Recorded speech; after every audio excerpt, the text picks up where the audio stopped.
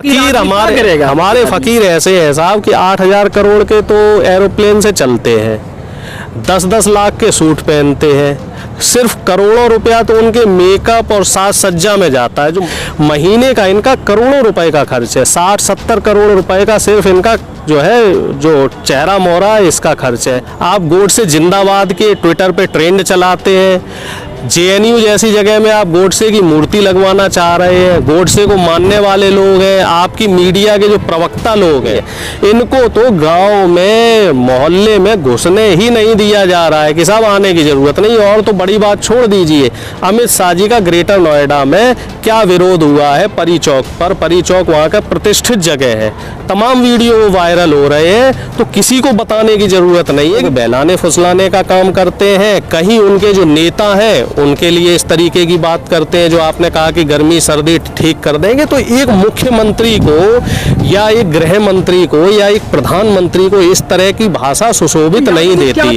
है। जहां भारतीय जनता पार्टी ने 99 क्रिमिनल्स को टिकट दिया है, वहां कांग्रेस ने उन्नाव की जो रेप पीड़िता है उसकी मां को टिकट दिया, खुशबू दुबे की मां को टिकट दिया, सोनभद्र में जो जिसके साथ दुराचार हुआ उसको टिकट दिया, और ऐसे तमाम एग्जाम्पल हैं। और मैं कहता हूं, मैं खुले दिल से स्वागत करता हूं कि अच्छे लोगों को राजनीति में आना चाहिए। मुख्यमंत्री जी पे 50 से ज़्यादा केस है तो उनको मुख्यमंत्री बना दिया गया, केशव प्रसाद मौर्य जी पे भी तमाम केस हैं तो वो उप मुख्यमंत्री बन गए। 76 विधायक ऐसे थे जिनके ऊपर क्रिमिनल केस हैं। और अगर हम सेंटर की बात करें तो सेंटर में इस समय 42% जो मंत्री हैं भारतीय जनता पार्टी के, उनके ऊपर कहीं ना कहीं क्रिमिनल केस है। सरकार कुछ गलत कर रही है। देखिए, सरकार का जो मुख्य कर्तव्य है वो है आम आदमी की बुनियादी सुविधाओं को पूरा करना। ठीक है, रोटी कपड़ा मकान ये हमारी बुनियादी सुविधाएं हैं, और ये बुनियादी सुविधाएं मुहैया कराना ये हर सरकार का काम होना चाहिए, चाहे कांग्रेस की सरकार हो, भारतीय जनता पार्टी की सरकार हो या किसी भी पार्टी की। अब समस्या ये हो जाती है कि सरकार जब तक सत्ता में नहीं होती, अगर हम भारतीय जनता पार्टी की बात करें, ये 2013 से पहले जो चीज़ें कहते रहे, लोगों को अच्छा लगा कि हाँ साहब कुछ नया राजनीति में कुछ परिवर्तन होगा, कुछ क्रांतिकारी बदलाव होंगे, मोदी जी एक बढ़िया चेहरा बन के आए, लोगों को लगा कि हाँ साहब ये हो सकता है युग परिवर्तक हो। क्योंकि इस तरीके की जो राजनीति में परिवर्तन है ये होते रहे हैं। भारतीय राजनीति की हम बात करें तो इससे पहले लोकनायक जयप्रकाश ने 70 के दशक में आंदोलन किया था और उसके बाद बहुत बड़ा परिवर्तन हुआ था भारतीय राजनीति। तो ऐसा लगा कि शायद मोदी जी युग परिवर्तक साबित होंगे। लेकिन जैसे जैसे समय गुजरता गया, 2014 में जनता ने इनको सिर माथे पे रखा, सत्ता में आए, हम सब लोगों ने वोट किया, और मुझे लगता है हर आदमी ने जाति धर्म से ऊपर उठ के इनको सर माथे पे लेके सदन में पहुंचाने का काम किया। ये प्रधानमंत्री बने, लोगों के बीच में खुशी की लहर आई कि साहब अब अच्छे दिन वाकई आ जाएंगे, विदेशों से काला धन आ जाएगा। सब ताकते रहेगी साहब अकाउंट में 15 लाख आ जाएंगे, अब आएंगे अब आएंगे। अब 8 साल हो गए, 15 लाख भी नहीं आए। युवा ये ताकते रह गए कि साहब रोजगार आएगा। हर साल इन्होंने 2 करोड़ रोजगार देने की सुनिश्चिति की थी, और तकरीबन अब 8 साल हो गए तो 16 करोड़ रोजगार वो भी कहाँ गए इनका कोई पता नहीं। और रोजगार मिलना तो दूर की बात है, सरकारी आंकड़े ये कह रहे हैं कि 12 से 13 करोड़ लोग बेरोजगार हो गए हैं इन 8 सालों में। 2 बातें हो गई।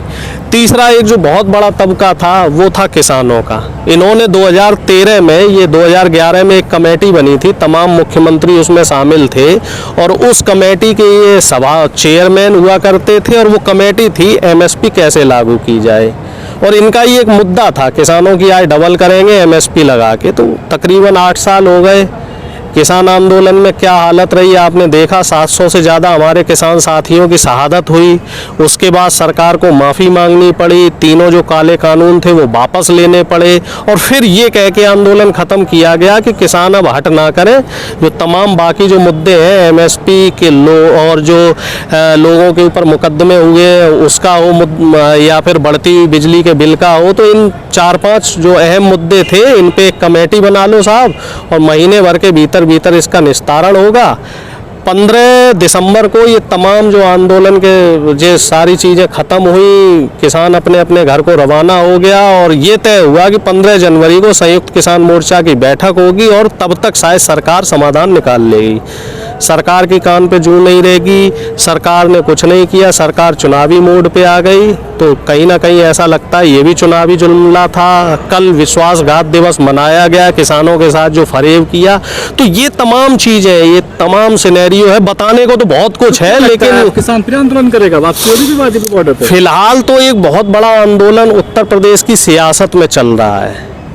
देखिए, प्रधानमंत्री जी उत्तराखंड, पंजाब, गोवा और जो मणिपुर है उसकी बात नहीं करते हैं, क्योंकि उन चारों जगह ये एक तरफा हार रहे हैं। उन चारों जगह इन्होंने पहले ही सरेंडर कर दिया है, चारों जगह ये कहीं भी रेस में नहीं है। तो इसी वजह से प्रधानमंत्री जी उन 4 राज्यों की बात नहीं करते। उत्तर प्रदेश बहुत बड़ा राज्य है, आपने जो बात कही मैं उससे पूरी तरीके से सहमत हूँ कि यहीं से केंद्र की राजनीति होके जाती है।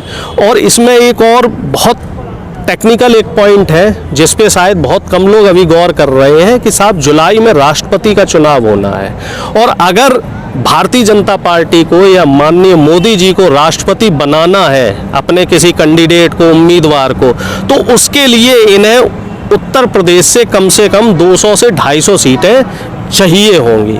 तो ये और इनके लिए एक प्रतिष्ठा का विषय रहा है, क्योंकि मोदी जी पिछले 7 से 8 साल में हर बात को अपनी प्रतिष्ठा से जोड़ देते हैं। नोटबंदी गलत फैसला था, लेकिन प्रतिष्ठा का प्रश्न था तो वो वापस नहीं लिया गया। जीएसटी गलत फैसला था, वही बात वही प्रतिष्ठा मोदी जी की दांव पे लग गई तो वापस नहीं ली गई। हजारों छोटी बड़ी कंपनियां बंद हो चुकी हैं। एनआरसी सीए का तो आपको मालूम ही है साहब, वो भी इनकी प्रतिष्ठा का विषय है, तो उस पर भी मामला ठंडे बस्ते में है। हाँ, किसान आंदोलन में जरूर इनकी नाक कटी है, कहीं ना कहीं इनका कद नीचा हुआ है। वो नीचा क्यों हुआ? क्योंकि उत्तर प्रदेश का चुनाव है, और जो आपने बाकी तमाम बात नहीं, देखिए तपस्या तो भंग नहीं की, हाँ इनका गुरूर जरूर तोड़ा है। तपस्या तो तपस्वी की भंग की जाती है, और मोदी जी कहाँ तपस्वी है साहब? मोदी जी की तपस्या सिर्फ सत्ता के लिए रही है। इनकी कथनी करनी में हमेशा फर्क रहा है साहब, और वो फर्क जनता ने देख लिया। 2000 फकीर हमारे फकीर ऐसे हैं साहब कि 8000 करोड़ के तो एरोप्लेन से चलते हैं, 10-10 लाख के सूट पहनते हैं, सिर्फ करोड़ों रुपया तो उनके मेकअप और साज सज्जा में जाता है, जो महीने का, ये सरकारी आंकड़े हैं साहब, मेरे बनाए हुए आंकड़े, आपके बनाए हुए आंकड़े नहीं है।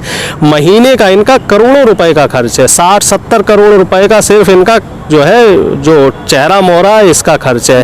और जो इनके बोलने की बात है, जो लोग एक समय पे मुरीद हुआ करते थे ना कि मोदी जी बोलते बहुत बढ़िया है, तो वो कलई भी इनकी 15 दिन पहले खुल चुकी है कि वो खुद नहीं बोलते हैं, उनसे बुलवाया जाता है, और जिस मशीन के जरिए उनसे बुलवाया जाता था उस मशीन को टेलीप्रॉम्प्टर कहते हैं। और लगभग 90% जनता टेलीप्रॉम्प्टर क्या है ये उस 15 दिन से पहले नहीं जानती थी। शायद आपने भी वो शब्द ना सुना हो, मैंने भी नहीं सुना था, मुझे ही उस दिन पता लगा कि साहब टेलीप्रॉम्प्टर नाम की भी कोई एक शब्दावली है जिसको हमारे माननीय मोदी जी 8 साल से इस्तेमाल करते रहे। तो मोदी जी इस समय जो है वो एक रोबोट की तरह है। अब इसमें भी साहब विपक्ष की साजिश, मैं इसी बात पे आने वाला था कि जो पिछले 5 साल थे मोदी साहब के, माननीय प्रधानमंत्री जी के, वो 5 साल इन्होंने विपक्ष की साजिश बता के निकाल ली है। आप सत्ता में है साहब, सवाल आपसे होगा। राहुल गांधी जी से, सोनिया गांधी जी से, कांग्रेस से, नेहरू जी से, महात्मा गांधी से सवाल नहीं होगा। आप हर जगह नेहरू जी की गलती निकालते रहे पिछले 5 साल, और जब आप विदेश में जाते हैं, यूएन में कोई बैठक होती है, वहाँ जाते हैं, तब आपको उन्हीं नेहरू जी के विज़न की तारीफ करनी पड़ती है। आप 2 अक्टूबर को या अभी 30 जनवरी को आप गोडसे जिंदाबाद के ट्विटर पे ट्रेंड चलाते हैं। जेएनयू जैसी जगह में आप गोडसे की मूर्ति लगवाना चाह रहे हैं। गोडसे को मानने वाले लोग हैं, आपकी मीडिया के जो प्रवक्ता लोग हैं, जो आपके पैनलिस्ट हैं, प्रवक्ता हैं, ये न्यूज़ चैनल्स पे जाके गोडसेवादी विचारधारा का प्रचार प्रसार करते हैं। लेकिन जब विदेशों में जाते हैं तो आपको गांधी जी का सहारा लेना पड़ता है। तो ये फ़र्क है, इनकी कथनी करनी में फ़र्क है, और इस फ़र्क को जनता बखूबी देख रही है। जनता के जहन में ये चीज़ें अब धीरे धीरे आ चुकी हैं। इनसे साहब युवा भी परेशान हो गया, इनसे महिलाएं भी परेशान हो गई। जो आप बात कर रहे थे, अभी तमाम बातें चल रही हैं कि साहब महिला सुरक्षा के लिए बेटी बढ़ाओ, बेटी पढ़ाओ, बेटी बचाओ, ये तमाम नारे जो चल रहे थे सब किताबी नारे बातें हैं। आज बिहार की एक वीडियो देख रहा था, एक बहुत बड़े पत्रकार हैं उमा शंकर सिंह जी शायद, तो उन्होंने ट्विटर पे एक वीडियो डाला है, आपने भी देखा होगा। बिहार का एक शेल्टर हाउस जिसमें मासूम बच्चियां 10 साल 8 साल से लेकर 14-15 साल की जो मासूम बच्चियां हैं, उस बालिका गृह में उनसे देह व्यापार करवाया जाता है। और ये बताने की ज़रूरत नहीं है कि बिहार में किसकी सरकार चल रही है। पिछले 10, 15, 16 साल से डबल इंजन की भारतीय जनता पार्टी और जदयू की सरकार चल रही है। तो ये सिर्फ बिहार की कहानी नहीं है, जहाँ जहाँ भी भारतीय जनता पार्टी राज्य में सरकार में है, वहाँ महिलाओं के साथ दुराचार की घटनाएं, युवाओं की बेरोजगारी की समस्या और किसानों की एमएसपी की समस्या हर जगह आपको देखने को मिलेगी। अगर हम उत्तर प्रदेश की बात करें साहब, तो एनसीआरबी के आंकड़े हैं, पिछली जो सरकार थी, मैं उसका प्रवक्ता नहीं हूँ, लेकिन उस सरकार के 5 साल के कार्यकाल में अगर अपराध की हम घटना की बात करें तो 2,40,000 अपराध रिकॉर्ड हुए, और इस सरकार की सिर्फ 3 साल की हम बात करें तो 3,46,000 अपराध रिकॉर्ड हुए। यानी कि 3 साल में ही आप 1.5 गुने पे पहुंच गए। और आप कहते हैं साहब हमारे राज्य में क्राइम नहीं हो रहा है, हमारे राज्य में ये नहीं हो रहा है, सुशासन है। और आप महंगाई की बात करें तो बताने की ज़रूरत नहीं है, बिजली सबसे ज़्यादा महंगी हमारे प्रदेश में है। और ये देन किसकी है? माननीय मुख्यमंत्री जी की है, भारतीय जनता पार्टी की। बिजली मिल भी तो रही है आपको, बिजली पिछली सरकारों में भी मिलती थी, बहन जी की सरकार हो या अखिलेश जी की सरकार हो, दोनों लोगों ने बिजली पे काम किया। ये दोनों ही सरकारें ऐसी थी, इन्होंने काम किया था और उसी का जो है ये इस सरकार को बेनिफिट मिला। इस सरकार ने 5 साल में अगर विकास की बात की जाए तो आप उत्तर प्रदेश की राजधानी लखनऊ में जाके देखिए, और वहाँ का जो सबसे पॉश इलाका है अमीनाबाद का, वहाँ घूम के देखिए, आप जाते रहे होंगे, और वहाँ आप सड़कों की हालत देख लीजिए। जो लखनऊ इनकी राजधानी है, वहाँ ये सड़कें बनाने में विफल रहे हैं। और एक वीडियो भी अभी पिछले कुछ दिनों पहले वायरल हुआ था, उस वीडियो में भारतीय जनता पार्टी के नेताजी सड़क का उद्घाटन करने गए थे, तो आप विश्वास मानिए साहब, नारियल नहीं टूटा, सड़क टूट गई। तो ये इनका विकास है, और इस तरह के तमाम उदाहरण हैं। और यही वजह है कि भारतीय जनता पार्टी के नेताओं को जनता का विरोध झेलना पड़ रहा है। आपने सिर्फ कुछ नाम गिनाए, लेकिन तमाम ऐसी लिस्ट है। जिस जगह हम खड़े हुए, यहाँ के मौजूदा विधायक भी भारतीय जनता पार्टी के हैं, वो जनता के बीच में जा रहे हैं, उनका विरोध हो रहा है। नोएडा में आप चले जाइए, वहाँ भी जो भारतीय जनता पार्टी के विधायक हैं, उनका भी जनता का विरोध हो। मोहब्बत है, अपनों से शिकायत होती है, शिकायत अपनों से कर रहे हैं। शिकायत अलग चीज है और विरोध अलग चीज है। शिकायत हम करते हैं तो घर में बैठा के शिकायत करते हैं कि साहब आपने हमारा ये काम नहीं किया। विरोध कब होता है? जब आप घर में घुसने वाले हो, तो आप भाई घर में आने की जरूरत नहीं है। इनको तो गांव में, मोहल्ले में घुसने ही नहीं दिया जा रहा है कि साहब आने की जरूरत नहीं। और तो बड़ी बात छोड़ दीजिए, अमित शाह जी का ग्रेटर नोएडा में क्या विरोध हुआ है परी चौक पर। परी चौक वहाँ का प्रतिष्ठित जगह है, तमाम वीडियो वायरल हो रहे हैं। तो किसी को बताने की जरूरत नहीं है कि भारतीय जनता पार्टी ने कितना विकास कार्य किया है और Bharatiya Janata party ground level पे कहाँ है। देखिए, आपको कुछ ना कुछ काम तो धरातल पे दिखाना पड़ेगा। आप सिर्फ सांप्रदायिकता फैलाकर, आप सिर्फ जाति या धर्म की राजनीति करके, आप सिर्फ जाति विशेष को टारगेट करके, पहले ये मुस्लिम को टारगेट करते थे कि भाई मुस्लिम वर्ग है वो ऐसा होता है वैसा होता है, उनके साथ तमाम लिंचिंग की घटनाएं हुई।